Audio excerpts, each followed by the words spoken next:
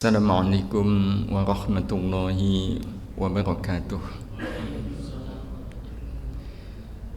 Bismillahirrahmanirrahim. Alhamdulillah wa syukurillah. Thumma salatu wassalamu ala rasulillah Nabiyyina Muhammad ibn Abdillah wa ala alihi wa ashabihi wa mawalah. La hawla wa la quwwata illa billah, amma ba'd. Bapak Ibu kaum muslimin muslimah jamaah zuhur Masjid Salahuddin yang dirahmati Allah, siang ini kita masih ingin bicara soal harapan. Harapan adalah sesuatu yang tidak boleh dipisahkan dari hidup. Sebab kita bisa bayangkan orang kalau hidup sudah tidak punya harapan, berarti sama saja dengan pengen tidak lagi hidup. Jadi harapan itu melekat di dalam hidup. Karena itu kita sebenarnya punya tugas untuk menjadikan harapan ini terus mengalir. Karena harapan memang tidak boleh mengenal kata berhenti. Sekalinya orang harapannya berhenti, maka seperti air akan menggenang. Dan orang kalau berharap tapi harapannya tidak mengalir, akan menjadi genangan harapan. Jadi harapan itu harus mengalir, maka kita punya tugas mengalirkan harapan. Cuma catatannya jangan cuma asal mengalirkan. Kemana kita harus mengalirkan harapan ini?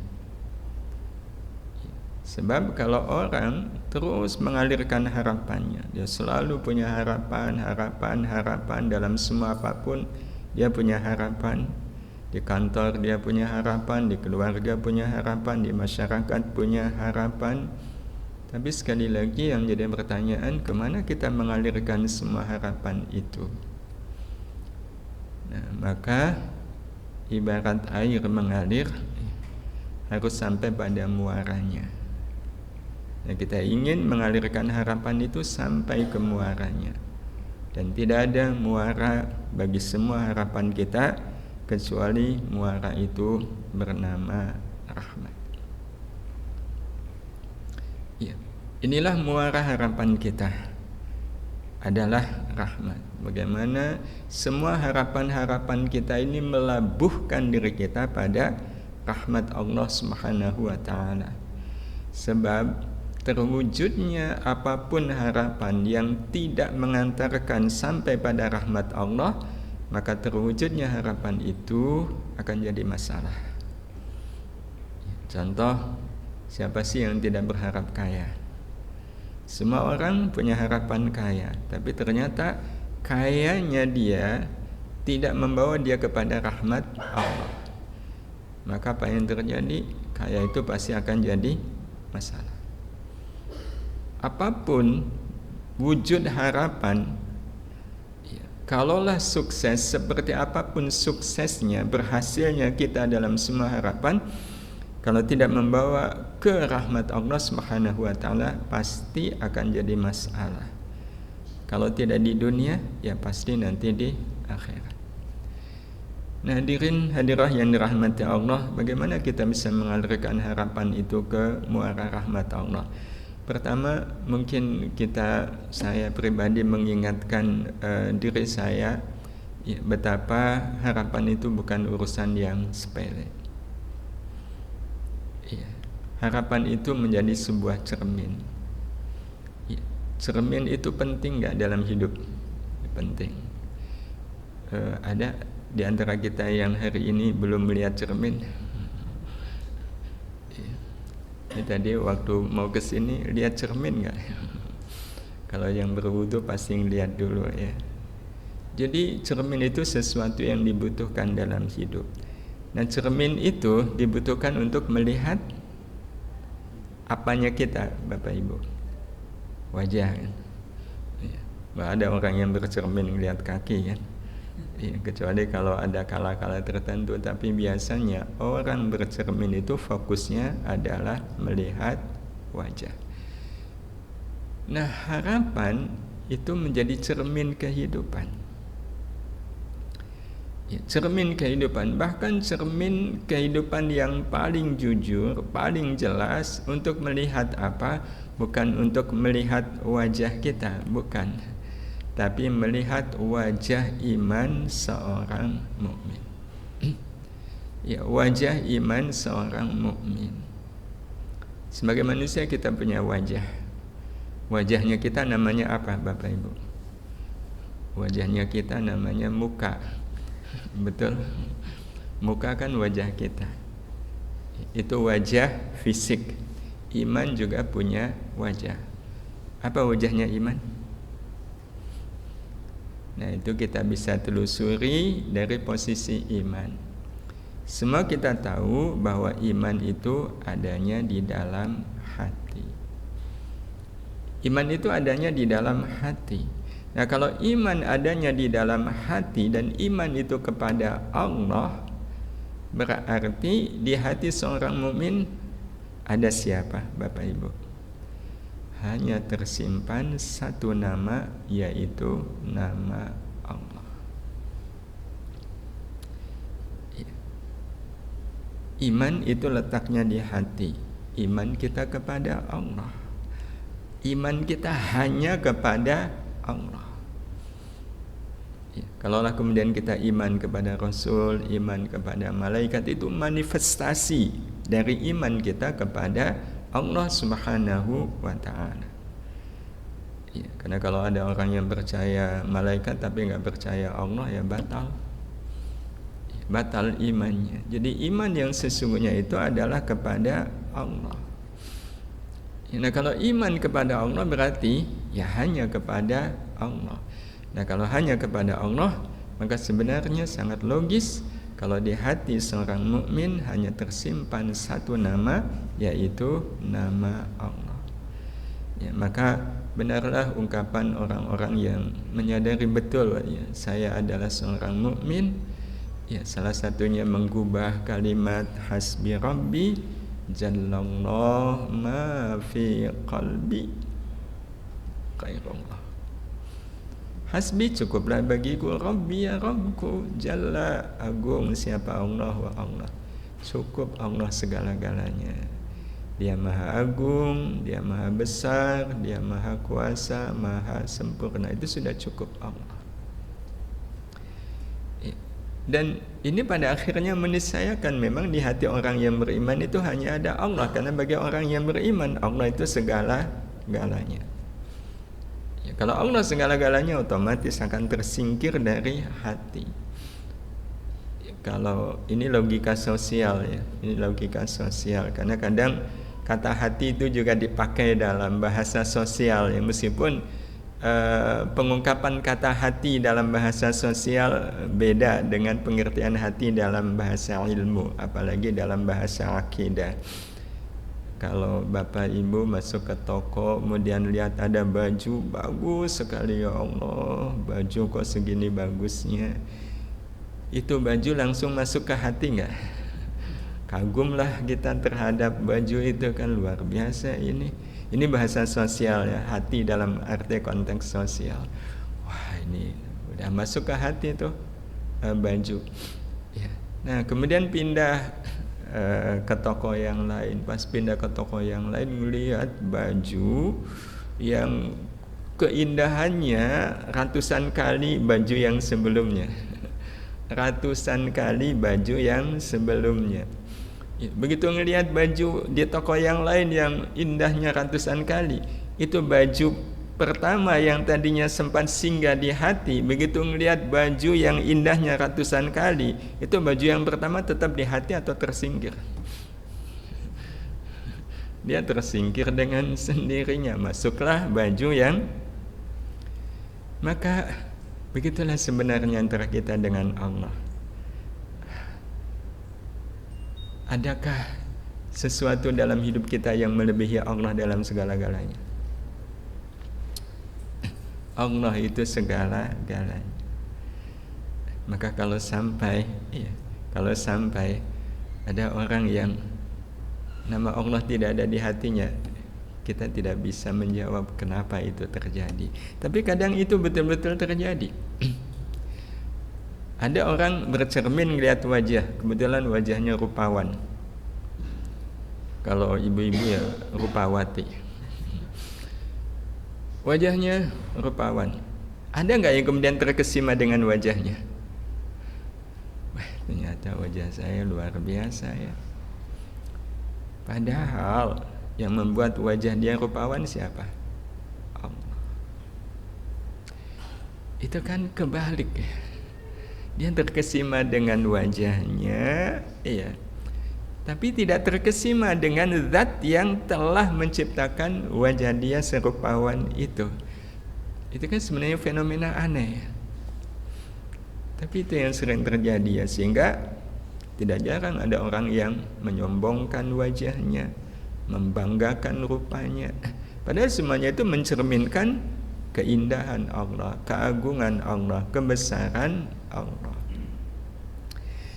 Nah, jadi inilah orang yang beriman. Di hatinya hanya tersimpan satu nama, yaitu nama Allah. Ya. Kalau di hati ini hanya ada nama Allah, itu namanya apa Bapak Ibu? Namanya adalah tauhid. Ya. Maka kita bisa katakan bahwa tauhid adalah wajah iman seorang mukmin. Tauhid itu ya betul-betul la ilaha illallah. Tidak ada yang segala-galanya kecuali Allah. Inilah wajah iman seorang mukmin. Jadi betul-betul dia melihat ya tauhid itu sesuatu yang nyata dalam kehidupannya. Ya. Bapak Ibu, kalau seandainya kita bercermin, pas bercermin kita tidak melihat wajah kita, itu berarti yang hantu yang mana? Yang di cermin atau yang di balik cermin? Mana mungkin itu terjadi? Kalaupun terjadi, salah satunya adalah hantu. Maka kalau seandainya ada orang mengaku beriman, tapi dia tidak menemukan wajah tauhid di dalam imannya, itu menjadi tanda tanya. Dan Bapak Ibu, kita bisa melihat dengan jelas apakah wajah iman kita, wajah tauhid, itu kita melihatnya di dalam harapan. Seorang mukmin hanya bisa menggantungkan harapan hidupnya kepada Allah. Ini yang di dalam pelajaran akidah ya, kita menyebutnya sebagai roja. Ya, sehingga roja itu diartikan sebagai berharap kepada Allah. Tetapi masih koma. Ya. Kenapa masih koma? Karena ya ada lanjutannya. Nah, lanjutannya dengan harapan yang diinginkan Allah. Jadi dua sisi, berharap hanya kepada Allah. Nah, yang diharapkan adalah yang diinginkan oleh Allah. Karena itu, orang yang beriman adalah orang yang hanya berharap kepada Allah. Tidak akan berharap kepada apapun, ya. Tidak berharap apapun kepada siapapun selain hanya harapan yang memang diinginkan oleh Allah. Sehingga seorang mukmin tidak pernah berharap kepada Allah yang kepentingannya hanya kepentingan dirinya.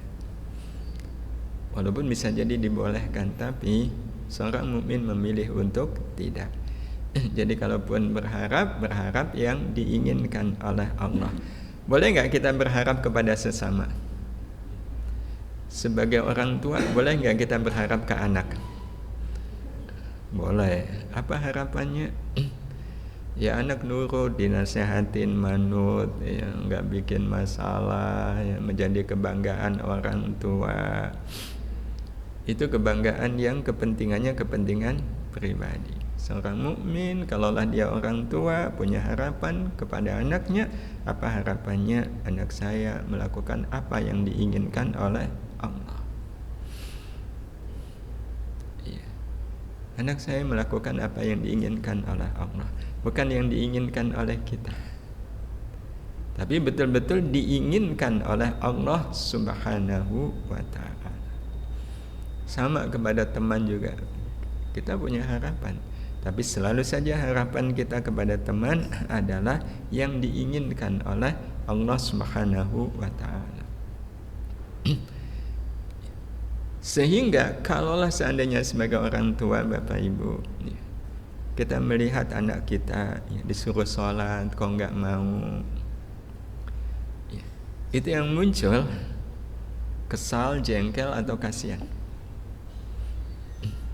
Kalau sampai orang tua itu jengkel, berarti yang kuat adalah harapan dia kepada anak, bukan harapan Allah kepada anak. Ya, tapi kan sebagai orang tua punya harapan anaknya sholat, betul. Tapi anak sholat itu untuk siapa? Untuk kita atau untuk Allah? Berarti anak sholat kan bukan untuk saya, tapi untuk Allah. Begitu anak tidak sholat, berarti masalahnya dengan kita atau dengan Allah? Sebenarnya masalahnya dengan Allah. Maka yang muncul bukan marah, yang muncul adalah kasihan. Ya. Inilah namanya harapan, roja dalam bingkai tauhid. Nah, karena itu, lebih jelas nanti Bapak Ibu yang dirahmati Allah, roja dalam bingkai tauhid akan membuat seorang mukmin tidak punya kepentingan apapun dalam semua harapannya kepada Allah selain memenuhi semua yang diinginkan Allah. Ya Allah, saya berharap anak-anak saya semuanya menjadi anak yang saleh, anak yang salihah, agar mereka hidup bahagia di dunia, hidup mulia di akhirat. Jadi nggak ada, ya Allah soleh-solehahkan anak-anak kami agar mereka jadi kebanggaan saya di hadapan teman-teman, agar hidup saya ayem gitu, nggak usah mikir banyak karena anak-anak ya semuanya baik. Itu berarti dia berharap kepada Allah, tapi bingkainya bukan bingkai tauhid. Jadi memang bingkainya betul-betul bingkai tauhid, karena harapan itu cermin dari wajah iman kita, dan wajah iman kita sekali lagi adalah tauhid. Jadi kalau tauhid kan semuanya dikembalikan ke Allah Subhanahu wa ta'ala. Iya. Tentu Bapak berharap istri itu sayang, betul? Kalau Allah berharap nggak para istri itu sayang kepada suami? Ya, berharap juga. Berarti harapan Bapak sebagai suami dengan harapan Allah sama. Pertanyaannya, kok istri saya nggak sayang sama saya? Yang muncul mangkel, jengkel, atau kasihan? Kalau betul suami tadi mukmin, dia punya harapan ke Allah dalam bingkai tauhid, yang muncul bukan marah, yang muncul bukan kesal, yang muncul adalah kasihan. Kenapa istri saya tidak melakukan apa yang diinginkan oleh Allah, bukan apa yang diinginkan oleh saya. Sebenarnya saya sebagai suami kalau nggak disayang istri ya nggak apa-apa. Sebenarnya ada ruginya nggak disayang istri? Ya rugilah, udah kasih nafkah kok nggak sayang, rugi saya. Iya, dalam bingkai tauhid nggak ada rugi, karena bagi kita kerugian itu dalam pandangan Allah. Rugi itu kalau sudah urusannya dengan Allah. Nah, kalau istri nggak sayang sama suami, sebenarnya suami itu diuntungkan atau dirugikan? Diuntungkan loh Pak. Loh, untungnya di mana? Dalam keadaan istri nggak sayang, kok Bapak tetap baik sama istri. Itu pahala kebaikan Bapak sama atau beda dengan kalau seandainya istri itu sayang kepada Bapak? Yang nilai kebaikannya lebih tinggi yang mana? Baik dalam keadaan istri sayang atau baik dalam keadaan istri nggak sayang? Istri cerewet gitu, tapi Bapak tetap baik. Dibanding istri sayang, yang pahalanya lebih banyak yang mana? Baik ketika istri cerewet. Berarti cerewetnya istri itu keuntungan atau kerugian bagi suami? Keuntungan di sisi Allah Subhanahu wa ta'ala. Nah, karena itu Bapak Ibu, bagi seorang mukmin, mulia dan bahagianya hidup hanya akan terasa selama rasa harap kepada Allah terus bersemi di dalam hati. Ya, selama rasa harap kepada Allah terus bersemi di dalam hati. Inilah yang pada akhirnya seorang mukmin gak pernah putus harapan. Dia akan terus mengalirkan harapan itu karena harapannya kepada Allah.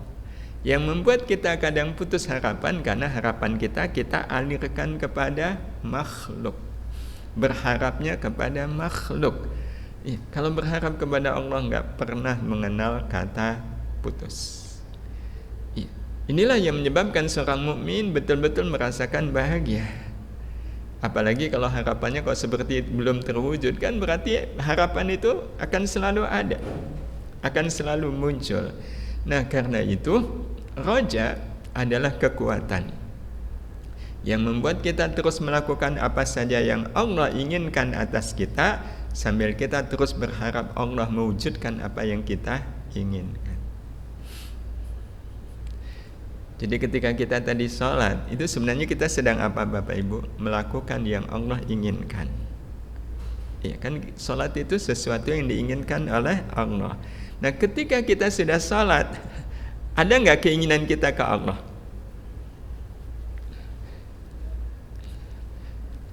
Mana mungkin kita sholat nggak ada keinginan ke Allah kan? Saya pokoknya sholat ya sholat lah, saya nggak punya keinginan apa-apa. Nah, kalau nggak punya keinginan apa-apa sama aja dengan nggak punya harapan kepada Allah. Apa harapan dari kita sholat? Kalau harapan dari kita sholat, biar urusan saya dipermudah, ini pusing nih ngurusin kerjaan kantor, mumet ini kepala. Saya sholat aja lah, biar urusnya dimudahkan oleh Allah. Boleh nggak? Assalamualaikum Bapak Ibu. Boleh? Sebelum zuhur tadi udah mumet ini kepala. Gimana nih caranya mengatasi problem ini? Sholat aja lah biar urusannya dimudahkan. Boleh? Boleh. Nah, cuma pertanyaannya, mana yang lebih bernilai, sholatnya kita atau dimudahkannya urusan? Kan kita sholat biar urusan kita dimudahkan. Mana yang lebih tinggi nilainya, sholatnya atau kemudahan urusan? Sholat jauh lebih tinggi. Apalagi sholat biar rezekinya banyak gitu. Ya, ada sholat tapi berharap rezeki yang banyak. Boleh nggak? Boleh. Tapi kan kalau kemudian kita timbang, lah, buat apa kita melakukan sesuatu untuk mendapatkan sesuatu yang lebih rendah? Buat apa saya melakukan sesuatu untuk mendapatkan sesuatu yang nilainya lebih rendah? Kalau kita melakukan sesuatu berharap yang kita dapatkan nilainya lebih tinggi. Buat apa saya melakukan ini kalau nanti jabatan saya turun, kan begitu? Kan kita kalau melakukan sesuatu, kalau dalam bahasa sosial pengen jabatan kita naik. Berarti harapan kita adalah harapan yang lebih tinggi dari apa yang kita lakukan. Nah, terus gimana? Ya, kita buat teorinya. Nah, teorinya berharaplah kepada Allah dengan harapan yang lebih bernilai, lebih berharga daripada harapan itu sendiri. Jadi kalau kita sholat berharap dapat rezeki, kan rezeki lebih rendah dari sholat. Nah, berarti harapannya yang minimal setara dengan sholat. Iya, malah lebih tinggi dari sholat. Kira-kira apa Bapak Ibu? Tidak ada yang lain kecuali berharap rahmat Allah. Sehingga yang kita terapkan dalam hidup kita, sholat ini memenuhi apa yang diinginkan oleh Allah. Nah, saya berharap dengan saya sholat, saya dapat rahmat Allah. Saya bekerja dengan jujur, dengan amanah, ini berarti memenuhi keinginan Allah. Karena Allah menginginkan kita jujur, Allah menginginkan kita amanah. Nah, dengan jujur dan amanah ini, saya berharap dapat rahmat Allah. Nggak usah berharap pangkatnya naik. Karena pangkat naik itu lebih rendah daripada jujur. Iya. pangkat yang tinggi itu tidak lebih berharga daripada amanah. Maka inilah logika tauhid kita, berharap rahmat Allah Subhanahu wa ta'ala. Nah, karena itu harapan hidup kita adalah menggenggam erat rahmat Allah. Kenapa kemudian harapan hidup kita adalah menggenggam erat rahmat Allah? Sebab tanpa menjabat erat rahmat Allah, hidup manusia tidak akan mungkin selamat. Iya. Tanda seru 3 ini menunjukkan memang serius Bapak Ibu, ya, bahwa kita tidak akan mungkin selamat tanpa rahmat Allah. Ya, nggak mungkin. Ya, sebagaimana dinyatakan oleh Allah Subhanahu wa ta'ala ya, di banyak ayat. Salah satunya ini di surat An-Nisa ayat 83. Walaula fadlullahi 'alaikum wa rahmatuh lattaba'tumus syaitana illa qalila. Kalau bukan anugerah dan rahmat dari Allah, niscayalah kalian itu jadi pengikut syaitan. Jadi yang membuat kita nggak jadi pengikut syaitan itu ya rahmat Allah Subhanahu wa ta'ala. Ya, karena sebenarnya kita manusia itu jadi mangsa empuk nggak bagi syaitan? Oh, mangsa empuk. Ya, gimana nggak empuk? Syaitan bisa melihat kita, kita tidak bisa melihat syaitan. Ya, syaitan umurnya panjang. Dan asal tahu program syaitan itu berganti-ganti enggak? Enggak. Jadi expert banget mereka. Program syaitan kan ada 3 ya. Tazyin, irwa, tastin.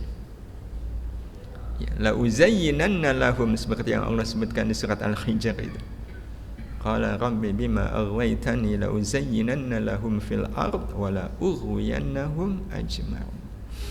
Jadi memang betul, kalau bukan karena fadl dan rahmat Allah, niscayalah kalian jadi pengikut syaitan. Berarti kan memang betul kita sangat membutuhkan rahmat Allah. Termasuk nanti di akhirat. Kita semua pengen selamat dari neraka, pengen masuk surga. Dan yang membuat kita bisa masuk surga itu karena apa? Ya, semua kita tahu. Rasul juga sudah menginformasikan, la yudkhilu ahadan minkum amaluhu al-jannah. Siapapun tidak akan bisa masuk surga karena amalnya. Wala yujiruhu minan nar, dan tidak juga bisa menyelamatkan dari neraka. Wala ana, termasuk saya, illa bi rahmatin minallah, kecuali karena rahmat dari Allah. Jadi amalan seseorang tidak akan bisa membuat orang masuk surga, gak bisa membuat orang selamat dari neraka. Yang membuat kita bisa masuk surga, selamat dari neraka adalah rahmat Allah Subhanahu wa ta'ala. Ya, terus bagaimana caranya agar kita bisa menggenggam rahmat Allah? Rahmat Allah hanya akan tergenggam dengan amal baik yang kita lakukan semata karena syukur kepada Allah. Ini satu-satunya cara. Ya, satu-satunya cara kalau kita ingin menggenggam rahmat Allah, genggam rahmat Allah itu dengan amal baik yang kita lakukan karena syukur. Ya, dan beramal karena syukur itu sebenarnya adalah keniscayaan hidup. Iya. Beramal baik semata karena syukur kepada Allah itu adalah keniscayaan hidup. Kenapa keniscayaan hidup? Bapak Ibu, kalau seandainya ada orang yang ngasih kita uang 10 miliar, kita mau berbuat apa kepada beliau? Kita akan melakukan apa saja kan untuk beliau. Dan kita melakukan untuk beliau itu wujud apa?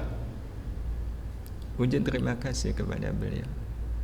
Iya, Pak, kok banyak sekali 10 miliar. Iya, Pak, boleh enggak saya mengabdi kepada Bapak? Terserah Bapak mau nyuruh saya apa.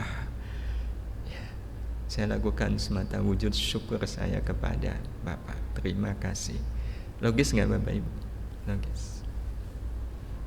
Logis. Iya, betul-betul karena syukur. Iya.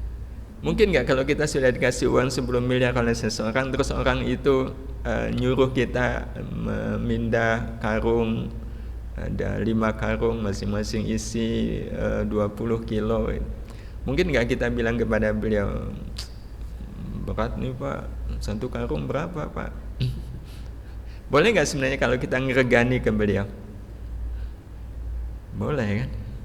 Nah, kan beliau nyuruh 5 karung 100 kilo.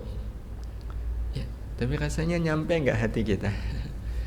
Dalam bahasa hati nggak mungkin. Siapa? Tidak ada berat. Kita betul-betul memindah itu wujud terima kasih. Dan kalau kita sudah pindah itu 5 karung, kita matur ke beliau, maturnya gimana? Sudah saya pindah Pak, ada yang lain nggak? Kenapa kita kemudian menyampaikan begitu, ada yang lain? Karena kita merasa memindah 5 karung masing-masing 20 kilo itu tidak cukup membalas kebaikan beliau yang sudah memberi saya uang 10 miliar. Padahal Allah ngasih kita berapa? Triliunan. Gak sanggup kita menghitung kebaikan Allah. Maka mungkin gak kita main hitung-hitungan sama Allah. Seperti tadi ya udah pindah 5 karung, mungkin gak kita matur ke beliau, Pak sudah saya pindah itu 5 karung. Itu kalau di Beringharjo jawab Pak, 1 karungnya itu 50.000. Tapi berhubung ke Bapak 30.000 aja lah, jadi 30.000 kali 5. Boleh gak kalau kita begitu ke beliau? Sebenarnya boleh, tapi hati kita gak nyampe. Maka mungkin nggak Bapak Ibu kita sudah tahajud, sudah sholat duha, udah 2 bulan. Mungkin nggak kita bilang ke Allah, ya Allah saya udah 2 bulan tahajud, 2 bulan sholat duha. Mana ya Allah kok rezekinya nggak nambah-nambah. Sebenarnya boleh nggak kita begitu? Boleh, tapi kalau sudah ingat kebaikan Allah, nggak sanggup kita menyampaikan itu, walaupun sebenarnya boleh. Makanya kita juga gak menyalahkan ke orang-orang yang suka nagih begitu ke Allah. Gak salah. Cuma kalau dalam bahasa hati, aduh kok rasanya saya gak sanggup. Kalaupun seandainya Bapak Ibu kita baca Quran sehari 5 juz, itu sudah cukup belum untuk membayar kebaikan Allah ke kita 1 hari? Tapi betapa banyak orang yang baca Quran kalau sampai 5 juz itu kayak wah banget ya. Tapi bagi orang yang betul-betul hatinya berwajah tauhid, nggak ada apa-apanya saya amal 24 jam sehari kita beramal, itu tidak akan cukup membayar semua kebaikan Allah Subhanahu wa taala. Karena itu Bapak Ibu, kita katakan tadi syukur adalah keniscayaan hidup manusia. Adakah sesuatu dalam hidup kita yang tidak bermakna kebaikan Allah? Nggak ada. Nggak ada. Adakah sesuatu dalam hidup kita yang tidak menjadi kesempatan beramal baik? Dihina orang, enak nggak? Nggak enak gitu. Tapi setelah dihina ada kesempatan beramal baik nggak? Ada. Apa amal baiknya? Memaafkan. Iya, memaafkan. Berarti logikanya kita kalau dihina pantasnya mangkal atau bersyukur? Mangkal atau bersyukur? Kan bersyukur. Ada orang yang mau menghina kita. Ya, ada orang yang mau menghina kita. Alhamdulillah saya jadi punya kesempatan untuk melakukan amal bernama memaafkan. Jadi memang hidup ini gak ada ruang bagi kita untuk tidak bersyukur. Termasuk mungkinkah kita bisa beramal baik tanpa disertai rasa syukur kepada Allah? Gak bisa. Gak bisa. Iya.